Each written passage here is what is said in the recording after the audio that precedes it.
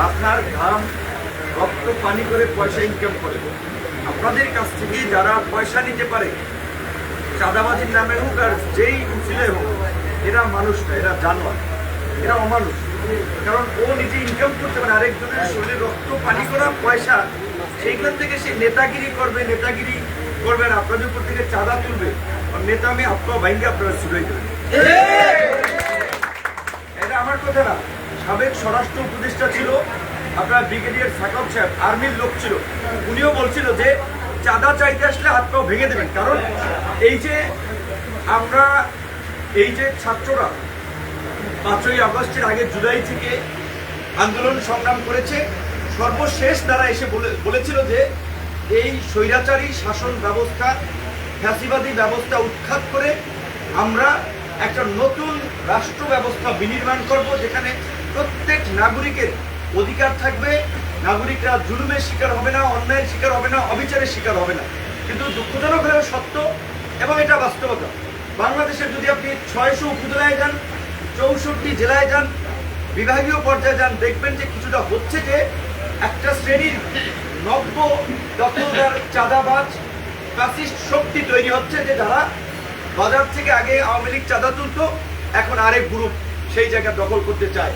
খেয়াঘাট, launch ঘাট, trawler সব জায়গা থেকে, এমনকি আমি টেলিভিশন পত্রপত্রিকা বলছিলাম যে আমার উপজেলায় আমি দেখেছি যে আপনার নদীর এই পার ভাগ করে একজনে, ওই পার নেয় আরেকজনে।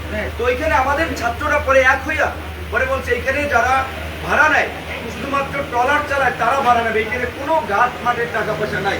90 টাকার ভাড়া এখন 45 টাকা হয়ে গেছে, অর্ধেক কমে গেছে। আপনাদের প্রতি আমাদের আহ্বান থাকবে, আপনারা 2 পয়সা জনগণের কাছ থেকে প্রয়োজনে কম নেবেন, কিন্তু 1 পয়সা সেখান থেকে ইনকাম করে কাউকে দিবেন না।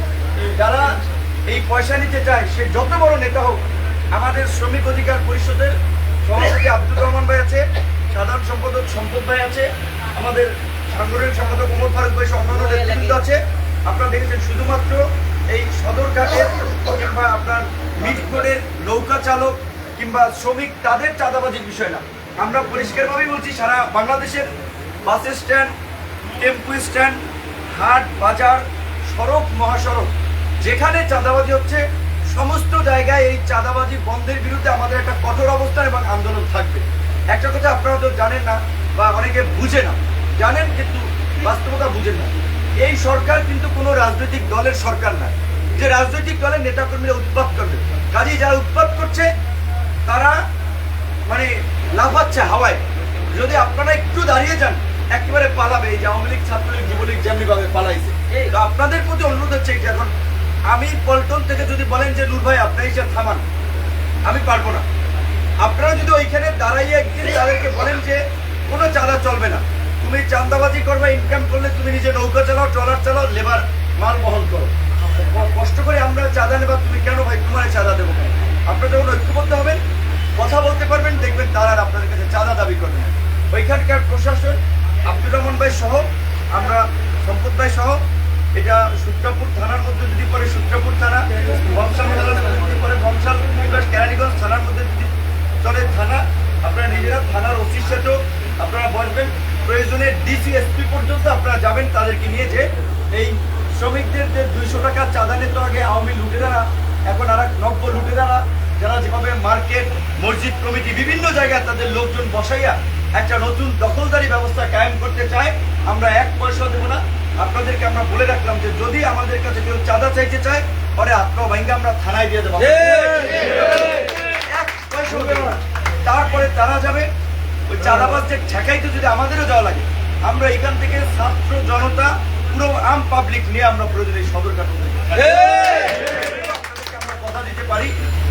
একই সাথে আপনাদের সাথে যারা পরিচিত আছে সমস্ত জায়গায় বলবেন, ভাই ছাত্ররা জীবন দিছে, আন্দোলন করছে, কোনো রাজনৈতিক দলের নেতৃত্বে শেখ হাসিনার পতন হয় না। রাজনৈতিক দলগুলো 15 বছর চেষ্টা করেছে, রাজনৈতিক দলের কর্মকাণ্ডে জনগণের বিশ্বাস তৈরি হয় নাই, কারণ সবাই বুঝছে যে এটা 19-20, যে আগে একদল চাঁদা নিত, জুলুম করতো, ভোট ডাকাতি করতো, কেন্দ্র দখল করতো, কাজে এরপরে যারা আসবে তারা ওই একই পথের পথিক, এটা আমরা অতীতে দেখেছি।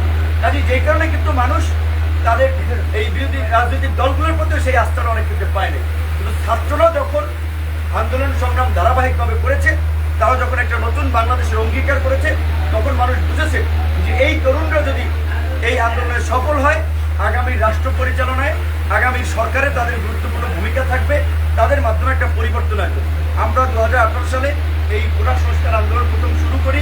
সেই সময় থেকেই ধারাবাহিকভাবে আমরা কৃষক, শ্রমিক, সব পেশার মানুষের অধিকারের প্রশ্নে আমরা সবসময় কথা বলে আসছি। সোচ্চার বাস, টেম্পুর যারা ড্রাইভার, তারা আমরা বলছি একটা মানুষ যখন 10-15 বছর ড্রাইভার করে, কালো ধোয়া দূষিত পরিবেশের মধ্যে থাকে, তার ফুসফুসের সমস্যা হয়, তার লিভারের সমস্যা হয়, তার মাজা কোমরের সমস্যা হয়।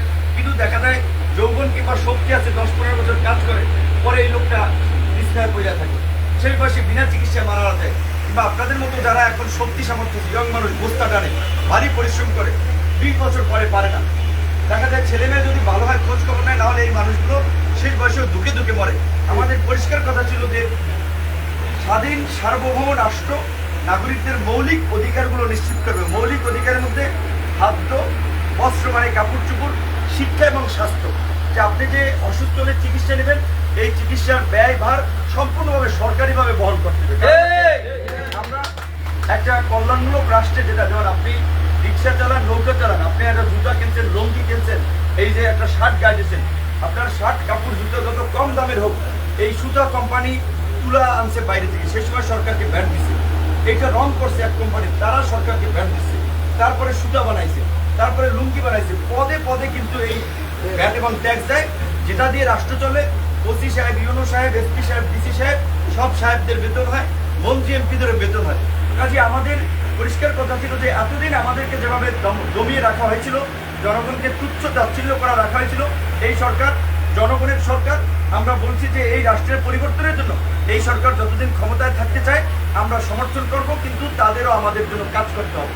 তাই আমাদের নৌ পরিবহন যে উপদেষ্টা, তাকেও আমরা জানাবো, আপনারা সদরঘাটের লোকেরা আসছে, সদরঘাট, চট্টগ্রাম, সমস্ত জায়গায় যেন এই চাঁদাবাজ দখলদারদের বিরুদ্ধে তারা প্রশাসনিক ব্যবস্থা নেয়। আর আপনাদেরকে আমরা এটুকু আশ্বস্ত করি, আপনাদের পাশে আছি আমরা। চাঁদাবাজের প্রথমে আমরা মারামারি হানানি চাই না।